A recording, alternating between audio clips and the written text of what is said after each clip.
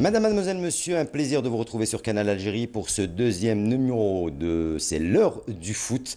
L'heure du foot, bien sûr, vous le savez maintenant, c'est votre émission où on parlera football pendant pratiquement un peu plus d'une heure. Et pour aujourd'hui, bien sûr, au sommaire de cette émission, nous allons revenir très longuement sur ces deux matchs et ce stage de l'équipe nationale qui se sont déroulés en Autriche et en Hollande. Et surtout, on va revenir sur cette deuxième rencontre de l'Algérie face au Mexique. Nous reviendrons également aujourd'hui avec une revue de presse qui nous sera consacrée par notre collègue Saïd Flerk qui va nous donner le point de ce qui a été dit après cette rencontre. Et puis bien sûr, pour finir, nous reviendrons sur la préparation des clubs professionnels de Ligue 1 qui sont en pleine préparation avant l'entame de la nouvelle saison qui, on vous le rappelle, débutera le 28 novembre prochain si tout se passe bien. Et pour aujourd'hui, j'ai l'honneur et le plaisir d'accueillir à mes côtés, il était avec nous la dernière fois, dimanche dernier, au téléphone en direct d'Autriche pour nous faire le point sur ce qui se passait pour l'équipe nationale. Salah Bey Aboud, chargé de communication de la fédération. Un plaisir de vous avoir parmi nous aujourd'hui. Bien le bonsoir. Bonsoir Hakim, tout le plaisir est pour moi. Également, présence de M. Kawa et mon ami et confrère Saïd Flerk. Ça va, pas trop fatigué de votre péripétie? Un peu, mais bon. Ouais, ça va. Il y a le plaisir derrière. Il y a le plaisir, exactement. Quand il y a le plaisir, on oublie tout. On oublie la fatigue. Également présent avec nous ce soir, Saïd Flerk. Bien le bonsoir. Bonsoir Hakim et bonsoir aux amis téléspectateurs. Un plaisir de vous retrouver parmi nous. Bah pareil, donc on est là pour parler football et on est toujours ravis de parler football, surtout quand il y a les bons résultats de l'équipe nationale. Donc, exactement. Avec exactement. Salah, on va en parler, Inch'Allah. L'incontournable de l'émission, bien sûr, c'est notre ami, c'est notre collègue, Kawa Abdelnour, l'ex-international. Bien le bonsoir, un plaisir de vous retrouver. Bonsoir Hakim, c'est un plaisir également de vous retrouver, surtout de retrouver notre ami Salah Bey, qui va peut-être nous expliquer plus clairement un peu tout ce périple de l'équipe nationale, et puis surtout les deux matchs que nous avons joués. Et bonsoir également notre ami Saïd. Allez, donc sans trop nous attarder, première question. En gros, si vous deviez faire un petit bilan sans parler de résultats, sans parler des deux matchs, quel est le bilan qu'on a après ce petit voyage, on va dire, ces 2 semaines à l'étranger en Autriche puis en Hollande avec ces deux confrontations? Tout d'abord, on peut dire, alhamdoulilah, c'est un bilan plus que positif, que ce soit sur le plan organisationnel ou sur le plan sportif, purement sportif, footballistique. Il faut dire que les choses ont débuté durant le mois d'août à peu près, pour préparer ce stage où on n'avait pas vraiment de visibilité à l'époque. Parce qu'il fallait trouver un pays où faire le stage, trouver les partenaires, les sélections à jouer. Évidemment, il y a une agence qui cherchait ce travail-là, en étroite collaboration avec la Fédération Algérienne de football. Donc moi, je voudrais juste remercier tous ceux qui ont contribué, parce que ce résultat n'est pas venu comme ça. C'est qu'il y a eu des gens qui ont bossé énormément sur le projet, au niveau du secrétariat général, au niveau de la fédération, notamment l'administrateur de l'équipe nationale, le sélectionneur, le président de la fédération, qui était souvent en visioconférence et avec les représentants des fédérations ou avec le responsable chargé d'organiser les stages. Et puis, au fil des jours, les choses se sont un petit peu éclaircies et on a pu monter ce stage. Ça a été difficile. Moi, j'ai eu même l'occasion de dire que ça serait vraiment un miracle de l'organiser et de jouer ces deux matchs. Mais alhamdoulilah, je pense que ça a été une réussite. Tout le monde a appris. Sur le plan purement footballistique, je pense que le sélectionneur a été satisfait puisqu'il a pu faire ces deux matchs. Il a pu voir le maximum de joueurs. Objectif atteint, on va dire. Exactement. Les résultats sont là, on peut en parler tout à l'heure. La fédération a également appris, parce que ce n'est pas facile d'organiser 2 matchs avec des sélections étrangères en Europe, et ramener tous les joueurs de 12 pays différents. Donc ça a été toute une gymnastique pour organiser tout ça, pour coordonner tout ça. Mais finalement, ça s'est bien passé. Au passage, je remercierai également nos représentations diplomatiques, que ce soit en Autriche ou aux Pays-Bas, qui ont joué également un rôle important pour nous faciliter l'installation, les déplacements, les formalités. Mais en gros, c'est un stage très positif. L'ambiance des retrouvailles après 11 mois de séparation, on va dire Tout le monde était ravi de se retrouver. D'abord les joueurs. Je pense que c'est un des éléments, un des facteurs de réussite de cette équipe, c'est cette joie de se retrouver ensemble. pour l'équipe nationale, pour défendre les couleurs du pays. Donc dès le premier jour, on a senti que les joueurs étaient vraiment... ils ont retrouvé cette ambiance en famille. Et ceux qui sont venus pour la première fois également se sont fondus très rapidement dans le groupe. Donc les autres leur ont facilité la tâche. Et puis il faut dire que le sélectionneur fait aussi un travail au préalable vis-à-vis des joueurs qui viennent pour la première fois ou bien avec les cadres. Donc ça a été encore une fois une très très belle ambiance. Très belle ambiance, très fraternelle. Et puis, pour l'anecdote, lors de la première séance d'entraînement, un des cadres de l'équipe, entre autres Forouli, qui a lancé un peu un message aux joueurs en leur disant: les gars, là on est en sélection nationale, oubliez vos clubs, oubliez vos affaires personnelles. Sofiane. Là, on se donne. Encore plus lui, puisqu'il a quelques soucis avec son club de Galatasaray. Exactement. Et à chaque fois, c'est le message des joueurs. Donc on oublie les clubs, les tracas des clubs au quotidien. Donc là, on est en sélection, c'est la famille. Et quand les résultats sont là, donc l'ambiance est liée. Et c'est tant mieux. Allez, sans trop nous attarder, on rentre dans le vif du sujet avec bien sûr la partie consacrée à l'équipe nationale. Bien sûr, on en parle juste après le jingle.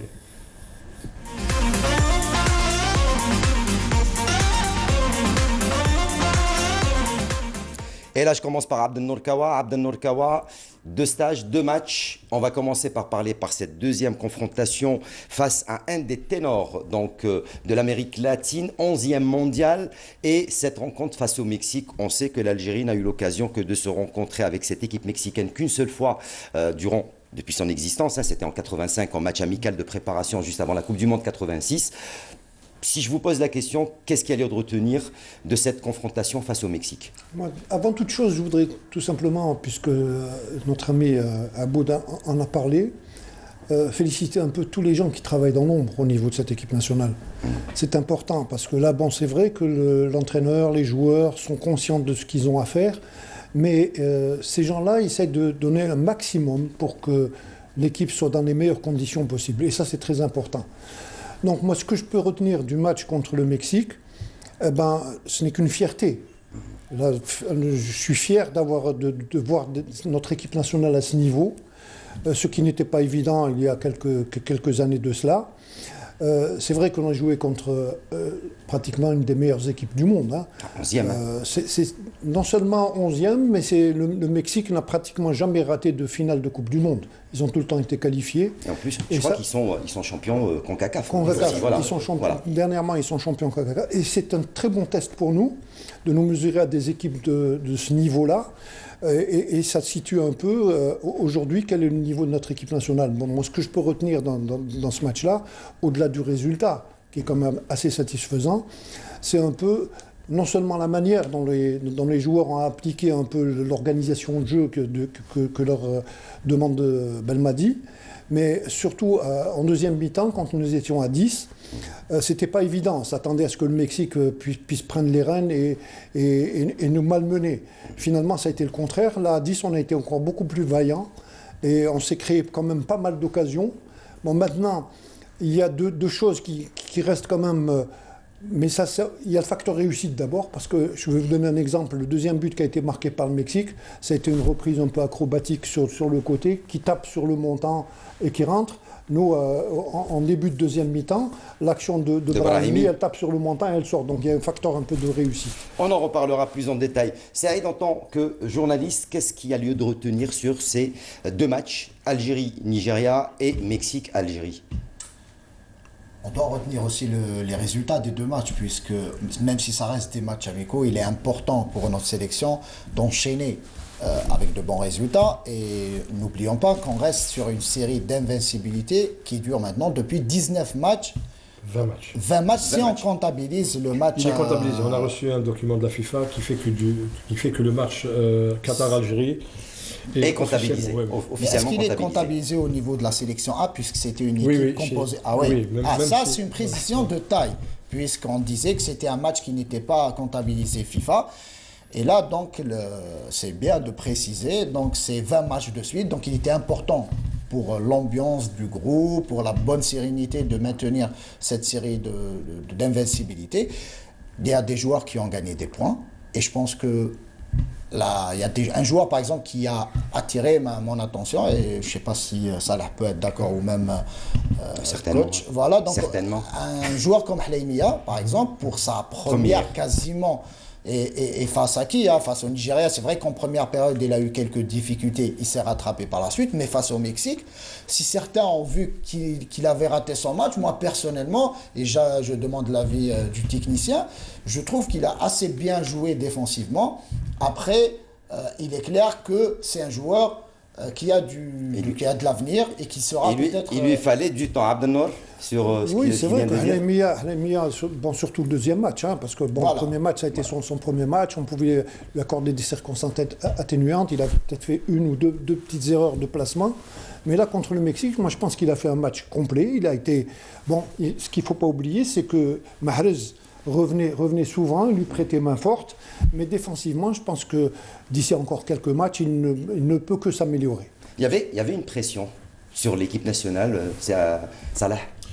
Non, on ne la sentait pas vraiment. C'est un des traits de caractère de cette équipe, c'est qu'elle rentre pour faire ses matchs le plus normalement du monde. On sent de l'assurance chez les joueurs.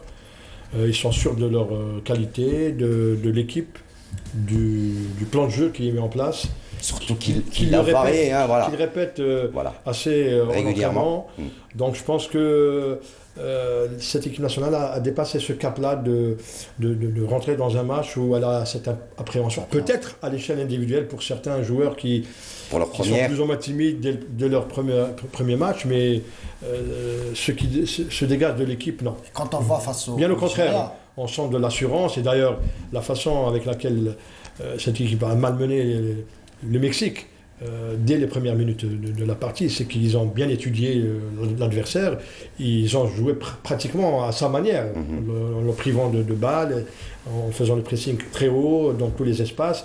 Et ça, c'est un élément qui montre que cette équipe a de la maturité aujourd'hui. On va détailler tout ça. Uniquement pour compléter ce qu'il a dit Salah, c'est quand on voit par exemple l'effectif qui a joué le 11 titulaire face au Nigeria.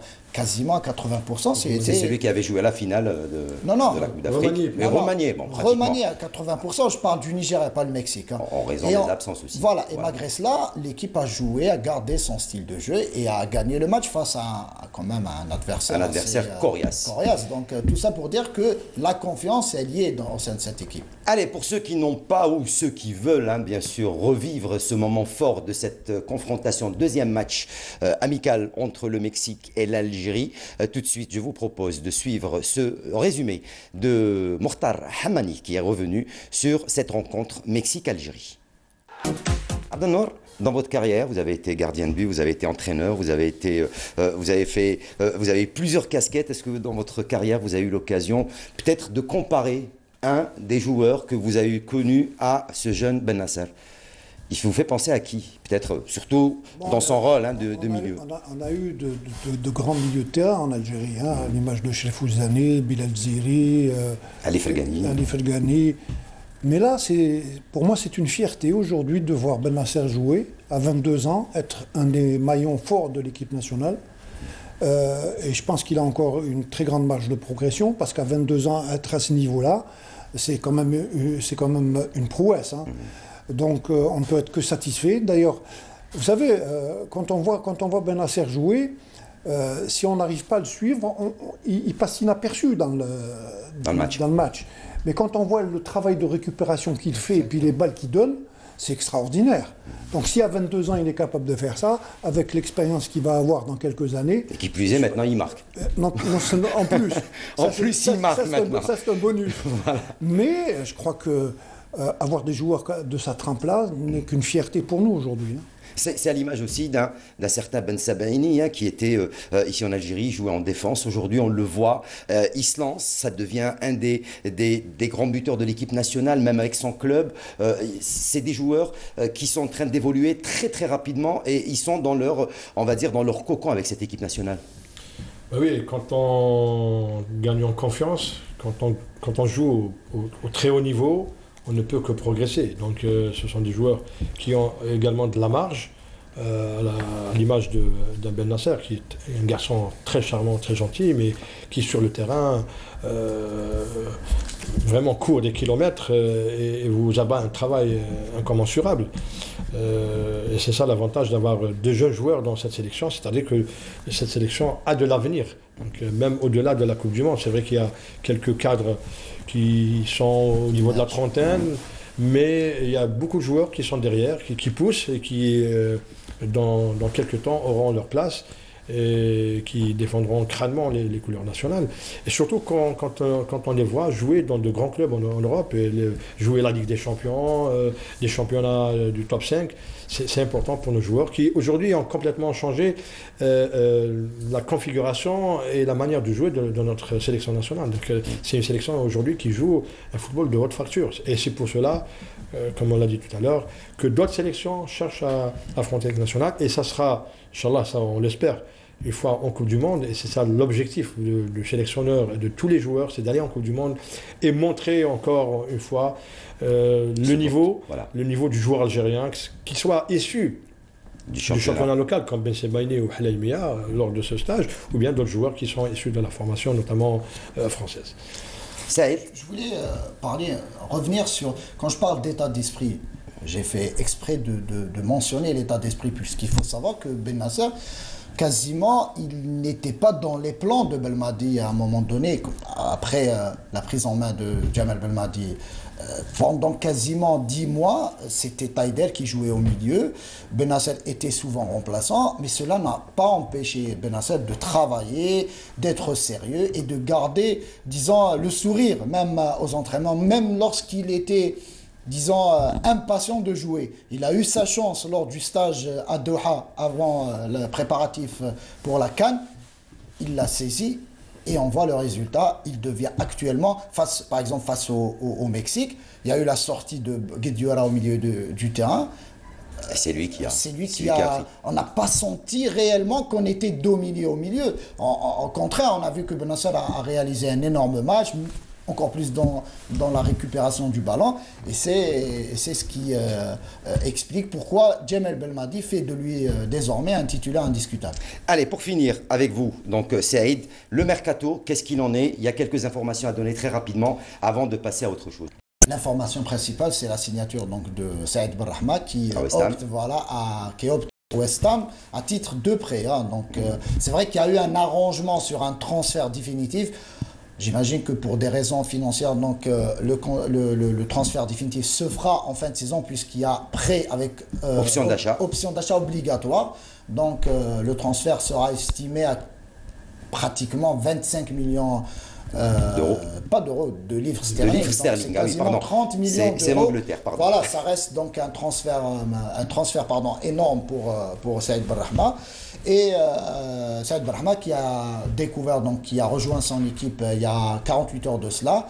Et juste pour l'anecdote, Saïd Benrahma a reçu une prime de fidélité de la part de son club, Brentford. Et généreux qu'il est, donc il l'a dédié, et plutôt il a offert aux employés, une centaine d'employés. Exactement, de son club de Brentford, histoire de les remercier de l'accueil qui lui ont réservé depuis 2 ans maintenant à cette équipe de Brentford. Merci Saïd pour toutes ces informations. Merci. Donc on rappelle que prochaine sortie des Verts, donc ce sera le mois de novembre prochain, entre le 12 et le 16, la double confrontation. Donc le 12 au stade du 5 juillet, match aller contre le Zimbabwe, et retour le lundi 16 novembre à Harare, donc à 15h normalement. Et ce sera l'arbitre Alioum Néant qui arbitrera cette rencontre. À l'aller, oui, le Camerounais. Qui connaît bien, c'est celui qui avait arbitré la finale, hein, je pense. La demi-finale face au Nigeria, entre l'Algérie et le Nigeria, lors de la dernière Coupe d'Afrique des Nations, qu'on aura bien sûr du plaisir à retrouver au stade du 5 juillet. On va continuer avec les équipes nationales. Cette fois-ci, on va parler des jeunes. Ce qui fait également sensation, c'est cette liste qui a été annoncée par la Fédération algérienne de football avec ces joueurs joueurs, les U20, 19 joueurs issus de la formation de France. Il y en a qui viennent de Marseille, il y en a qui viennent du Paris Saint-Germain, de Valenciennes, d'Amiens, de Montpellier, qui seront en stage le 22 pour compléter le premier stage déjà organisé avec les joueurs locaux. Ce sera un stage particulier puisque c'est, je pense, ces joueurs ont été détectés par la fameuse FAF Radar qui œuvre énormément pour découvrir les jeunes, Salah. Oui, c'est un des projets de la Fédération algérienne de football, c'est-à-dire de faire le suivi de tous les joueurs algériens, enfin issus de nationalité ou double nationalité ou triple nationalité.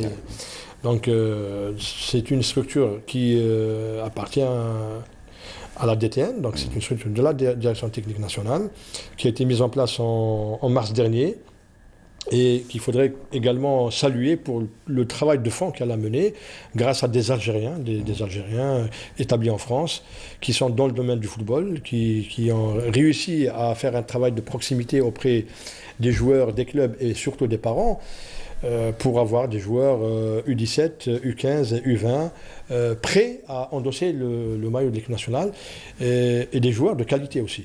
Des joueurs de qualité. Donc on va avoir un premier échantillon lors de ce stage des U20. C'est dommage qu'on n'a pas pu jouer à cause du Covid le tournoi de Montaigu, qui est quand même une Coupe du Monde des jeunes qui devait se dérouler en France au mois d'avril dernier. Mais bon, le travail continue. Donc il y a ce travail de fond pour éviter également les histoires type Aouar et autres. Et donc avoir des joueurs qui ont les prédispositions d'évoluer pour l'équipe d'Algérie dès leur jeune âge. Ça montre que la fédération a changé un petit peu sa stratégie, puisqu'à sa venue, Khader Zottier misait exclusivement, pas exclusivement, mais spécialement sur les joueurs locaux. Mais finalement, après 2 ans, il a changé de stratégie en optant pour cette méthode. Allez, donc avant de passer à la Ligue 1, nous, dans cette émission, on va rendre un hommage à une personne qu'on a toujours adorée. C'est une grande personnalité du football national. Donc le temps de retrouver Sarah Derbel. Nous allons parler d'une personnalité du football. C'est l'un des présidents mythiques du football national. Et pour l'occasion, nous allons avoir également avec nous une personne qui connaît très bien ce président. Il s'agit bien sûr de Mohamed Cherif Hannachi. On va retrouver dans 10 secondes avec Mohamed Hawchine qui est avec nous au téléphone juste après le début du VTR.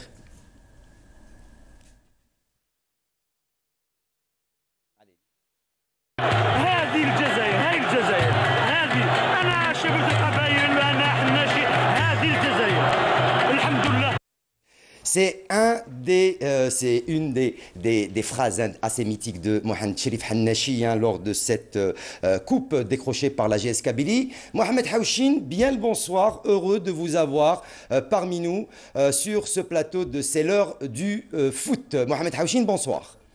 Oui, bonsoir Hakim Kishou, de plaisir hautement partagé. En tous les cas, je me fais un plaisir aussi de saluer mes 2 amis, Abdenour Kawa et Salah Aboud, que je n'ai pas vu, ça fait longtemps. Alors, si on doit faire, on va dire, si on doit rendre un hommage à ce président mythique, si on doit parler de ce président mythique, on sait qu'il est peut-être un petit peu fatigué, un petit peu malade. Qu'est-ce qu'il en est au juste du côté de Tizi Ouzou, du côté de la GS Kabylie, sur ce président mythique, vous qui avez eu l'occasion de le connaître? Vous avez bien fait de parler de président mythique, une véritable icône du football algérien. Icône pourquoi? Parce que Mohamed Cherif Hannachi, il faut le rappeler, a d'abord été joueur, dirigeant avant d'être président. Il a été joueur, il a fait toutes les catégories de la GS Kabylie. Puis la catégorie minime en 1963-64, je ne vous le dis pas. Il a passé une quarantaine d'années de sa vie, donc il a sacrifié une bonne partie de sa vie pour la GS Kabylie, pour le football algérien. C'était important de le signaler. Il a été joueur, il a été champion d'Algérie en tant que joueur, il a remporté une Coupe d'Algérie, un doublé en 76-77. Il a été international aussi. Je me rappelle que c'était Rachid Makhloufi qui l'avait sélectionné, pour ceux qui ne le savent pas. C'est là pour vous dire qu'il a eu une grande carrière sportive. Puis une grande carrière de dirigeants qui n'aient plus à démontrer plusieurs Coupes d'Afrique, des titres remportés à l'appel, en tous les cas, par Mohamed Cherif Hannachi. Il y a eu des rumeurs tout à fait alarmantes ces derniers temps. Alors, je m'empresse tout de suite de vous dire que Mohamed Cherif Rassurez-nous. Va mieux, il va très bien même depuis quelques jours, dans la mesure où, contrairement à ce que j'ai lu, Hakim, dans certains organes de presse, dans certains journaux, comme quoi il a été transféré en France, il n'a jamais été transféré en France. Mohamed Cherif Hannachi est actuellement hospitalisé à l'hôpital Mustafa Bacha d'Alger. Il est hospitalisé à Tizi Ouzou. Il est vrai d'abord à l'hôpital Mahmoudi, puis transféré au CHU de Tizi Ouzou. On a pensé à quelques complications nerveuses au début, mais finalement c'est d'ordre gastrique. Il paraîtrait qu'il y a des complications hépatiques, mais je peux vous rassurer que je tiens toutes ces informations de ses frères, de sa famille, tous les sportifs, toute sa famille, tous ses sympathisants, que Mohamed Cherif Hannachi va mieux, en tous les cas, depuis quelques jours. Vous n'avez pas eu l'occasion de vous rapprocher, hein, mis à part de sa famille. Par contre, lui, il est toujours hospitalisé. Écoutez, chose tout à fait normale. D'abord, Covid oblige, on essaie bien évidemment de l'isoler au maximum, chose tout à fait normale. Et puis pour ne pas trop le déranger en tous les cas, que ça n'a pas été possible de l'approcher ni lors de son hospitalisation à Tizi Ouzou, ni à Alger. Mais je peux vous dire qu'il se trouve depuis plus d'une semaine au service de gastrologie de l'hôpital Mustafa Bacha. Et je peux vous dire même que depuis 3 ou 4 jours, il va nettement mieux. Et c'est tant mieux en tous les cas pour lui, pour sa famille et pour ses enfants. Et également pour toute la Kabylie et ce club mythique et la GS Kabylie, hein, qui lui ont également rendu hommage, hein, qui sont restés très très près de ce président, on rappelle, hein, du CSA, donc GS Kabylie, si je ne me trompe pas, Houchine. Écoutez, je ne vous le dis pas, il y a eu un vent de solidarité incroyable en Kabylie, les réseaux sociaux depuis quelques jours, bien évidemment, chose tout à fait normale pour quelqu'un qui a beaucoup fait pour la JS Kabylie, pour le football algérien. C'est quelqu'un qui a toujours aimé sa région, la Kabylie, son club, la JS Kabylie, et son pays par-dessus tout, l'Algérie. Ce n'est pas la peine de ramener, on mettrait des heures et des heures à parler de tous les exploits, de tout ce qu'il a fait pour le football algérien, et même le comité directeur, la direction actuelle de la JS Kabylie a tenu bien évidemment à lui rendre hommage et lui souhaiter un prompt rétablissement. D'ailleurs, comme de nombreux clubs algériens, je sais que les messages de solidarité ont afflué ces derniers jours au niveau de la direction de la JS Kabylie à travers les réseaux sociaux, tout cela pour dire que Mohamed Cherif Hannachi n'appartient pas à Tizi Ouzou seulement à la JSK, mais il appartient à toute l'Algérie. Mohamed Houchine, merci beaucoup pour tous ces éclaircissements, et puis vous présenterez également nos pensées à toute la famille, hein, également en soutien donc ce président mythique Mohamed Cherif Hannachi, et puis on est de tout cœur et on souhaite qu'il revienne le plus rapidement possible. Merci d'avoir été avec nous ce soir dans l'émission C'est l'heure du foot. Allez, bonne soirée, bonne continuation. Merci Mohamed Houchine, bonjour chez vous. Un mot très rapidement avant de passer à la Ligue 1 avec Sarah Derbel qui vient de nous rejoindre, Abdelnour Kawa. Évidemment, Mohamed Cherif Hannachi n'est plus à présenter. C'est un ami de longue date, hein. On s'est connus dans les années 70 et puis à chaque fois qu'on se retrouvait avec grand plaisir, on se remémorait un peu le passé. Aujourd'hui, bon, il est malade, tout ce que je peux lui souhaiter c'est un prompt rétablissement, de retrouver toute sa santé et de se retrouver auprès de sa famille et de ses amis. Aboud, c'était notre manière à nous d'éclaircir cette situation. On a entendu Mohamed Houchine, c'est vrai que on nous a fait peur en annonçant son décès alors que c'est tout à fait faux et ces rumeurs n'ont pas lieu d'être. Oui, fake news, je pense. D'abord, je salue mon ami Mohamed Houchine et puis je le remercie pour le sujet qu'il a fait. D'abord, c'est un grand connaisseur de la GS Kabylie, du football algérien. Je rajouterai un autre qualificatif par rapport à ce qu'il a dit, mythique, moi je dirais légendaire et emblématique, président de la GSK, mais aussi grand serviteur du football algérien. Il n'est plus à présenter. Je souhaite qu'il aura tous les honneurs, tous les hommages, une fois qu'il sera rétabli, Inch'Allah. Inch'Allah. Et voilà, on arrive à la partie consacrée au championnat national, même si ça n'a pas encore démarré. Sarah Derbel vient de nous rejoindre. Sarah, quel plaisir de vous avoir avec nous ce soir. Bonsoir. Bonsoir Hakim, le plaisir est partagé. Bonsoir Kawa, bonsoir Monsieur Alboud. Comment ça se passe pour le championnat national avant de rentrer dans les détails? Comment est-ce que ça se passe pour l'instant, très rapidement? Alors, pour l'instant, tous les clubs ont déjà entamé les entraînements, tous les clubs ont commencé déjà leur stage. Certains ont commencé avant le début de saison, à l'exemple de la JS Kabylie, qui ont fait un stage à Akbo avant le début. Et certains clubs ont commencé cette semaine pour des problèmes financiers. Voilà. Allez, on va parler de tout ça, bien sûr, juste après le jingle de la Ligue 1. C'est dans l'heure du foot.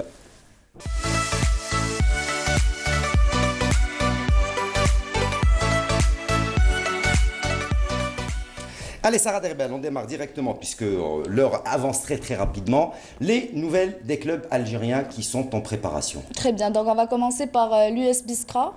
L'US Biskra a déjà 13 recrutements cette saison. Une nouvelle et une première pour l'US Biskra. Ils ont 16 joueurs natifs de Biskra. Donc déjà, c'est une bonne chose pour le club. Ces joueurs vont défendre les couleurs avec l'US Biskra. On a concernant le mercato, donc plusieurs, comme j'avais dit, 13 recrutements, 5 joueurs promus de l'équipe Espoir. Donc par rapport au recrutement, on a Zereh Hammar qui a signé pour 2 ans, Hamza Hariet, Toumi qui vient de la JS Saoura, Alwi, Moussardine Khoueled qui revient à Biskra, Hamza Yadrouj, Haddad Shamsuddin de l'USMBA, pardon. On a aussi Youssef Chiban qui vient du CS Constantine, donc le milieu de terrain a rejoint l'US Biskra récemment. Et je pense que c'est la première fois qu'il y a autant de joueurs, de recrutement dans une équipe, et surtout l'US Biskra. 13 recrutements et 5 joueurs espoirs promus. Donc on a déjà 18 recrutements, 18 nouveaux joueurs cette saison. Donc c'est déjà une bonne chose pour l'US Biskra. Et vous en pensez quoi, Monsieur Kawa? Vous pensez que c'est une bonne chose de ramener 18 joueurs? Je trouve que c'est une bonne chose d'avoir 16 joueurs natifs de Biskra. C'est malheureux, c'est malheureux. Bon, ça sera peut-être un autre sujet. Mais pour moi, c'est pas normal qu'un club puisse recruter 10, 15, 12, 7, 8 joueurs. Logiquement, en fin de saison, c'est vrai qu'il y a le mercato, il y a des joueurs qui sont libérés, d'autres qui sont recrutés. Mais quand tu as recruté 12 joueurs, je me pose la question. Ça veut dire quoi? Ça veut dire que l'équipe qui jouait n'était pas bonne du tout, donc on enlève ces joueurs-là, on ramène d'autres nous. Et ça va être un mouvement perpétuel. Repartir à zéro. Repartir à zéro à chaque fois. Tout à fait. Ce qu'il faudrait maintenant, c'est prôner un peu la stabilité, que ce soit des joueurs, des dirigeants et des staffs. Une équipe, pour qu'elle puisse être épanouie, c'est dans la durée. C'est pas à chaque année qu'on doit renouveler son effectif. On peut éventuellement, sur 1-2 saisons, ramener 1 ou 2 postes qui sont un peu défaillants au niveau de cette équipe, mais garder le maximum de joueurs. Tout à fait, tout à fait. Donc on va écouter la déclaration de Youssef Chiban qui a récemment été recruté par l'US Biskra. Allez, Youssef Chiban. Ce qui est pour mon arrivée au club de Biskra, moi je suis très content de jouer pour ce club. J'ai vu qu'il y avait un très bon projet sportif, où les gens ils sont derrière l'équipe de Ham, où il y a un très bon groupe tennis, un groupe homogène entre des joueurs d'expérience et de jeunes joueurs. Je suis très content de faire partie de cet effectif où on va essayer de travailler dur, Inch'Allah, pour cette intersaison, après l'arrêt qu'il y a eu, pour honorer le club et honorer les couleurs, Inch'Allah. Vous en pensez quoi, vous? Non, moi, je rejoins M. Kawa sur ce sujet, parce que d'abord, ce qui est incompréhensible, c'est que, je ne parle pas de l'US Biskra en particulier, mais en général, d'abord, nous avons des clubs professionnels qui sont endettés, pour la plupart. Et donc, ça prouve également qu'on n'a pas de projet sportif au sein de ces clubs, puisque ça change tout le temps, que ce soit au niveau des staffs techniques ou bien des joueurs. Ma foi, ramener plus d'une dizaine de joueurs par saison, c'est refaire tout un travail avec toute l'instabilité. Moi, je préfère que les clubs soient un peu plus stables, qui travaillent sur la moyenne et la longue durée. Comme ça, on aura de la performance au bout. Parce que sinon, comme ça, des effectifs qui changent tout le temps, c'est pas un bon signe. Voilà. Sarah, autre club, autre région également? On va juste informer que l'US Biskra a déjà effectué un stage à Biskra pendant 15 jours et le deuxième stage se déroule actuellement à Alger. Donc ils ont prévu 2 matchs amicaux, le premier face à la JS Kabylie le 21 de ce mois à Dar el Beda et le deuxième face à l'USM Alger le 25 du même mois. Allez, on change de région et de club. Et on va parler du Kaba Borj Bareri. Voilà. Très bien. Et on va saluer au passage Nadir Bouzned. Il n'y est plus. Il n'y est plus. Si, il est là, finalement. Il n'a pas lâché. Il y est toujours. Il n'est pas lâché. Il n'a pas lâché. D'ailleurs, c'est lui qui m'a donné toutes ses offres. Ah, ben c'est parfait. Ouais, il est là, on le salue au passage. Voilà. Donc, ils ont repris le 15, donc il y a 3 jours. Donc, c'est le dernier club à avoir repris le chemin des entraînements. Ça, par contre, c'est un vrai problème. Tout d'abord, c'est pour cause financière. Ils ont recruté. Certains clubs, le CAB a recruté pour l'instant 6 joueurs. C'est quand même. Dans la norme. Dans la norme, voilà, par rapport à l'US Biskra. Mais à un mois du championnat, donc. On attend encore côté recrutement, à l'exemple de Neili qui vient de TNT pour 2 ans et Medouane qui vient de la GSMB. Voilà, donc voilà pour le Kaba. Autre club également. L'AS Ain Mila. L'AS Ain Mila. Donc le même problème pour l'AS Ain Mila. Qui a eu du mal à commencer, donc ils ont tardé pour commencer. Ils ont repris cette semaine, donc Sid Ahmed Bouraïb nous a préparé un sujet. Exactement, juste pour poser la question, c'est vrai que pour l'AS Ain Mila, le gros souci, c'était les financements. Certains joueurs qui n'ont pas eu leur argent étaient obligés de quitter le club qui a été obligé de ramener de nouveaux joueurs malgré les difficultés financières. Une équipe qui a été, qui est entraînée par Abdelkader Yaïch, que vous connaissez très très bien, mais qui se débat dans plein de problèmes financiers et qui cherche à avoir des aides. Moi, je tire chapeau à ces entraîneurs, hein, parce que bon, il ne faut pas oublier qu'avant Yaïch, il y avait Aïdjoudi qui les entraînait et qui avait fait de très bons résultats avec Ain Mila. Malheureusement, il a dû quitter par rapport justement au côté financier. Aïch a pris la relève. Il se retrouve pratiquement avec les mêmes problèmes. Et vous savez, quand on a des joueurs qui ne pensent qu'à... Il faut se mettre un peu à leur place. Quelques-uns sont pratiquement démunis de toute ressource, si ce n'est que leur salaire. Donc déjà, ils n'avaient pas le choix, on va dire. Ils n'ont pas tellement le choix. Bon, maintenant, ce qu'il y a, c'est un peu tout ce déséquilibre qui existe entre tous les clubs de la division 1 professionnelle. Il y a des clubs qui peuvent se permettre d'acheter 10, 15 joueurs, d'autres clubs qui ne peuvent même pas ramener 1 ou 2 joueurs et éventuellement même pas pouvoir payer leurs propres joueurs. Donc c'est un problème énorme qu'il va falloir résoudre coûte que coûte, hein, parce que la saison va bientôt débuter. Il ne faudrait pas que certains clubs soient vraiment handicapés totalement pour pouvoir aborder ce championnat en toute sérénité. Et surtout qu'il va être long, avec 38 journées, ça va être très très compliqué. Allez, justement, comment se peaufine et se prépare la saison pour l'AS Ain Mila? Sid Ahmed Bouraïb a voulu donc aller voir ce qui se passait. C'était bien sûr grâce à nos collègues de la station régionale de Constantine, avec bien sûr nos collègues qui nous ont envoyé tous les sonores, toutes les images. Saïd Bouraïb vous a résumé tout ça dans ce petit sujet. On se retrouve juste après. Malgré la crise financière qui l'a frappé de plein fouet, l'AS Ain Mila a enfin repris le chemin de la préparation avec comme nouvel entraîneur Abdelkader Yaïch. Nous sommes en stage depuis le 8 octobre. La première semaine a été consacrée à l'observation, alors que la seconde sera consacrée aux exercices avec ballon et notamment le volet technico-tactique. L'équipe a vu la plupart de ses cadres changer d'air à cause notamment de la crise financière. Cependant, l'équipe s'est tout de même renforcée avec quelques éléments.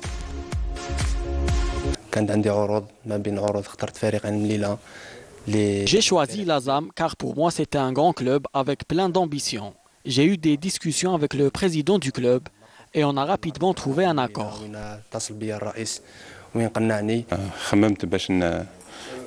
J'ai choisi la stabilité. Ça sera ma 3e saison ici à l'Azam et j'espère qu'on fera un bon parcours. Le complexe sportif Zoubir Khlifi où l'AS Ain Mila reçoit ses adversaires connaît actuellement des travaux de réaménagement, notamment au niveau de l'éclairage, ce qui permettra au club de jouer en soirée. Salah, l'AS Ain Mila également nouveau promu pour...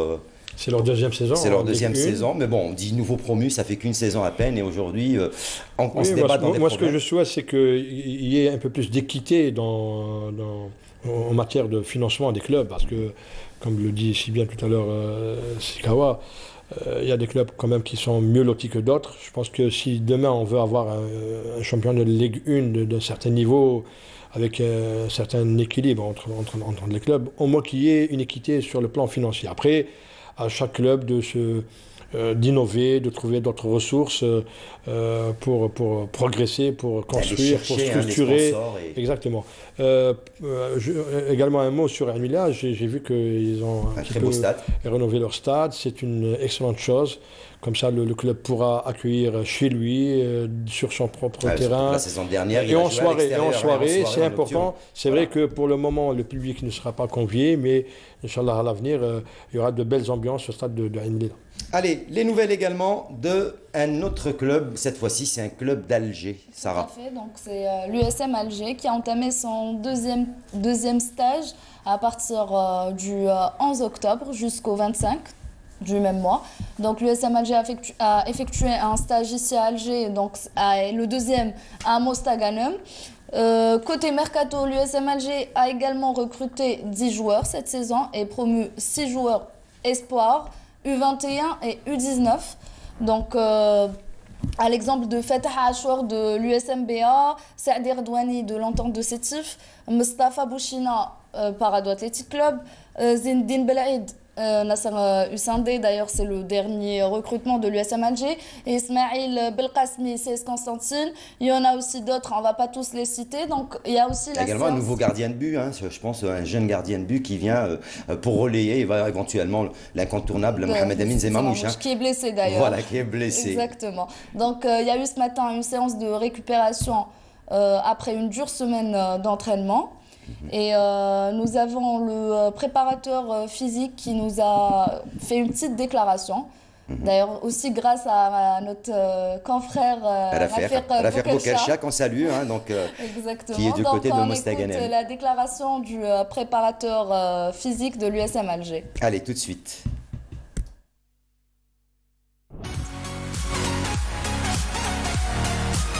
La séance d'aujourd'hui était une séance de récupération active.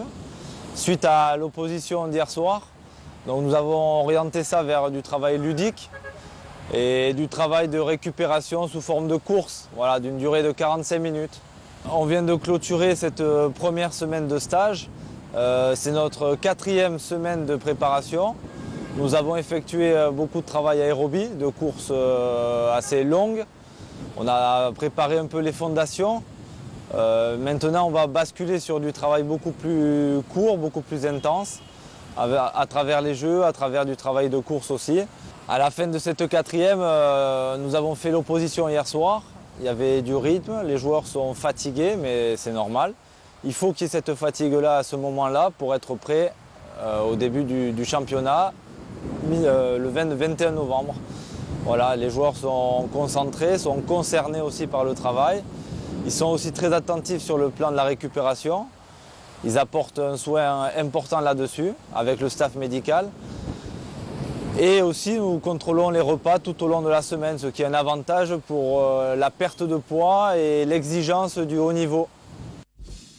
Voilà donc, c'était le préparateur physique de l'USMA d'Alger. Allez, pour finir avec la Ligue 1, dernier club qui lui aussi, le Nasser Hussein-Dey, qui se prépare également pour cette nouvelle saison. Et qui a également recruté 16 joueurs, donc le même problème avec tous les clubs ont recruté autant de joueurs.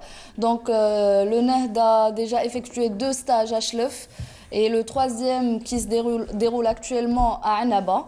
Donc le Nehd a joué cette semaine un match amical face au Parado Athletic Club. Le Nehd s'est incliné sur un score de 2-1.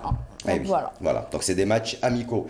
Salah Bey, avant de passer à la Ligue 2, très rapidement, pour la Ligue 1, 38 matchs, 20 clubs.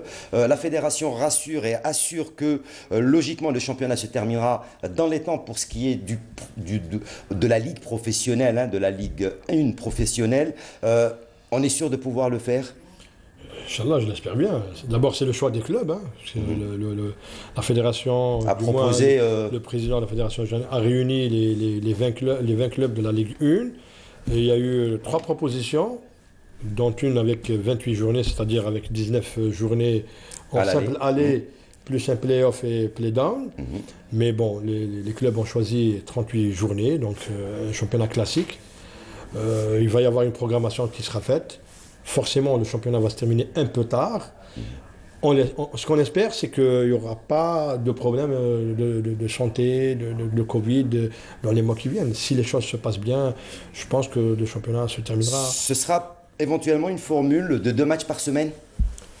On verra, pour essayer de finir. Tout dépendra aussi de la préparation des clubs. Ça a été bien dit, il y a des clubs qui ont entamé leur préparation bien avant, d'autres de manière tardive, d'autres seront amenés à refaire un peu la préparation à l'image du CR Belbezet qui ont eu beaucoup de cas de Covid. Donc c'est une saison qui s'annonce compliquée, ça, pour tout le monde.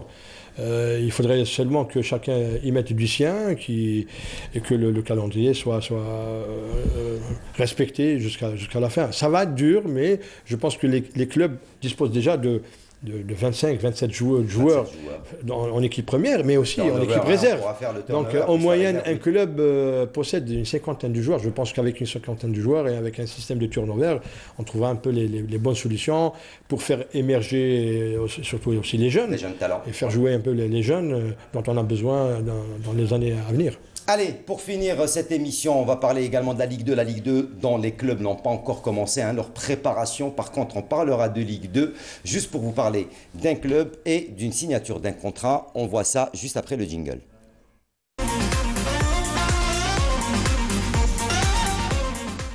Allez, et donc c'est Djamel Mennet qui, lui, vient de signer à l'USM Al-Harrach, un club qui a énormément souffert durant ces dernières années. Djamel Mennet, qui a également des sentiments pour ce club, avait déclaré qu'il reprenait et qu'il acceptait d'être sur le banc du staff de cette équipe Harrachi pour essayer de redorer le blason de ce club mythique du football national qui a donné tant de joueurs. Sid Ahmed Bouraïb, pas Saïd Bouraïb, Sid Ahmed Bouraïb nous a préparé ce sujet sur la signature de Djamel Mennet à l'USM Al-Harrach. Après une crise sans précédent, l'USM Al-Harrach commence à voir enfin le bout du tunnel. Après l'installation d'un bureau dirigeant, un nouvel entraîneur a été installé en la personne de Djamel Mennet. L'USMH est un grand club avec une grande histoire qui compte plusieurs titres à son palmarès. Ça me fait de la peine de les voir évoluer en Ligue 2.